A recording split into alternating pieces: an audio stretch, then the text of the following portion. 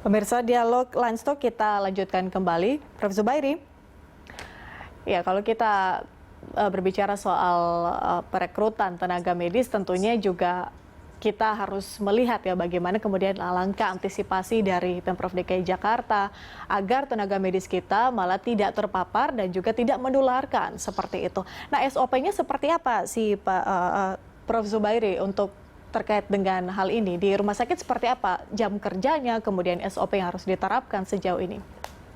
Iya, jam kerja kan menurut undang-undang, tolong dikoreksi kalau keliru Bu Zita. Itu 7 jam kalau bekerjanya 6 kali seminggu dan 8 jam kalau 5 kali seminggu. Itu aturan umum. Nah, para dokter ini kemudian lebih dari itu, karena begitu ada pasien gawat kemudian diminta datang, ya kita harus datang, memang itu kewajiban profesinya gitu ya. Ya misalnya tadi pagi saya juga kurang dari jam 7 sudah harus berangkat karena ada pasien gawat.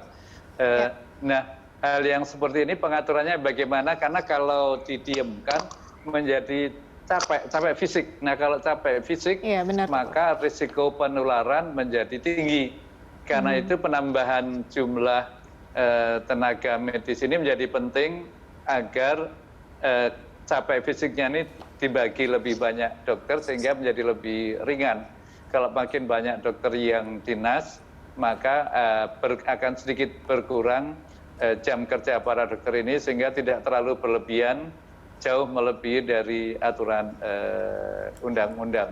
Apalagi kalau masih di PPDS, masih peserta program studi spesialis. Saya masih ingat saya pernah belajar menjadi spesialis dan pernah menjadi kepala sekolah untuk pendidikan spesialis penyakit dalam. Itu tambah jaga malam. Kalau sekarang jaga malam bukannya besok pagi libur, enggak, besok pagi tetap kerja seperti biasa dari pagi selesai jaga sampai jam 3 jam 4. Nah, itu yang perlu juga diperhatikan.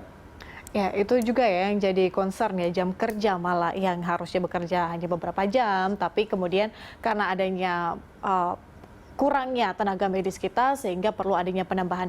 Prof, selain dibutuhkannya dokter umum, dokter spesialis, mungkin apakah diperlukan juga tambahan untuk tenaga medis penunjang kira-kira, Dok? Oh iya, tenaga medis penunjang itu penting banget. Ya. Sebelum zaman pandemi ini kan saya selalu bilang, kalau aku ronde pasien, jadi biar pasien menghargai nakes kita. Kan saya ketemu sama ibu atau sama bapak paling seberapa jam waktu saya ronde itu. Nah, kalau perawat kan bolak-balik ketemu, jadi itu yang menyembuhkan ibu itu faktor nakes yang lain, perawat itu amat sangat besar, jadi amat sangat penting. Tadi ada lagi tambahan lagi, di beberapa RSUD itu katakanlah ada kewajibannya dokter kerja di sini. Iya, kewajiban RSUD aturannya adalah 40 jam. Nah, 40 jam seminggu. Nanti kalau padahal dokter ini kan boleh praktek di 2 tempat yang lain. Jadi totalnya jadi berapa jam tuh seminggu. Jadi itu yang juga perlu diperhatikan. Jadi mengenai nakes yang lain, perawat maupun nakes yang lain menjadi amat sangat penting. Iya, oke. Ke Bu Zita, ya kalau kita melihat bagaimana kemudian dari tadi kata Prof, jam kerjanya malah bisa kita katakan melebihi jam kerja normal ya, yang tadinya hanya 40 jam, kemudian juga harus bekerja harusnya dengan menjalankan 2 praktek seperti itu. Dan bagaimana kemudian dengan intensif bagi tenaga medis kita, Bu Zita, apakah sudah cair semua, Bu? Ya, jadi memang Pak Gubernur alhamdulillah memang menjanjikan jumlahnya itu 215.000 ke tenaga medis per hari ya. Nah, jadi kalau per bulan ya lumayan lah, itu bisa sekitar 4 juta, 3 juta ya. Nah, jadi dan alhamdulillah itu sudah cair kemarin Senin minggu lalu ya. Jadi sudah dicairkan kepada tenaga kesehatan kita gitu. Dan saya apresiasi ya, karena memang tenaga kesehatan kita kan benar-benar di garda terdepan gitu. Dan kalau dibilang tadi jam kerjanya 7-8 jam, faktanya di lapangan tuh mereka lebih gitu ya. Bahkan contoh keluarga jauh saya ada yang dirawat di salah satu rumah sakit, itu tenaga kerjanya itu shiftnya sehari 2 kali aja. Jadi ya panjang sekali gitu, panjang, capek, lelah, dan biasanya satu bangsal COVID itu ya penjaganya nggak terlalu banyak gitu, paling 3-4 gitu. Jadi ya luar biasa ya pengabdian tenaga kesehatan kita gitu di DKI dan juga di rumah sakit gitu.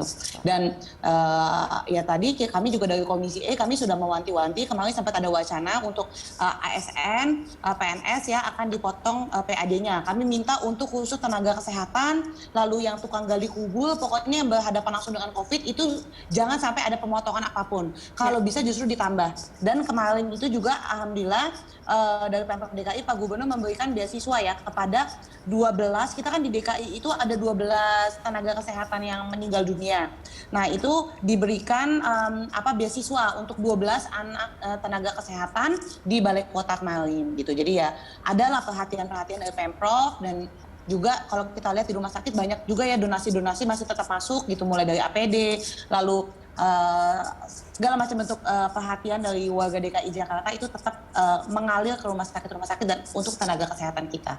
Oke, berarti hal apa yang harus diperhatikan oleh Pemprov dalam perekrutan tenaga medis ini, Bu Sita? Ya untuk perekrutan ini ya tentunya yang perlu diperhatikan adalah kualifikasinya ya, kualifikasi atau background dari yang mendaftarkan untuk jadi tenaga kesehatan, dan juga tentunya untuk kesejahteraannya. Bagaimana nanti kalau ya namanya kita menjadi tenaga kesehatan kan kita nggak tahu ya, banyak juga yang terpapar kan, bagaimana prosedurnya nanti kalau terpapar, mau diisolasi di mana, atau kalau misalnya ada sampai kasus meninggal dunia, itu apa kompensasinya kepada keluarganya, kepada anak-anaknya, itu tentunya harus dipikirkan juga ya. Karena kan lowongan yang dibuka jumlahnya cukup banyak. Jadi ya saya rasa itu dari segi kesejahteraan, lalu keamanan, jaminan juga harus dipastikan kepada tenaga-tenaga medis yang selalu luar biasa standby di garda terdepan mulai dari Februari awal COVID masuk sampai hari ini. Saya acungkan jempol pokoknya untuk di DKI tenaga kesehatannya luar biasa. Oke, berarti harus diperhatikan segala aspek seperti itu ya. Prof. Zubairi, bagaimana dengan tanggapan Anda? Apa yang harus diperhatikan oleh Pemprov DKI dalam perekrutan kali ini?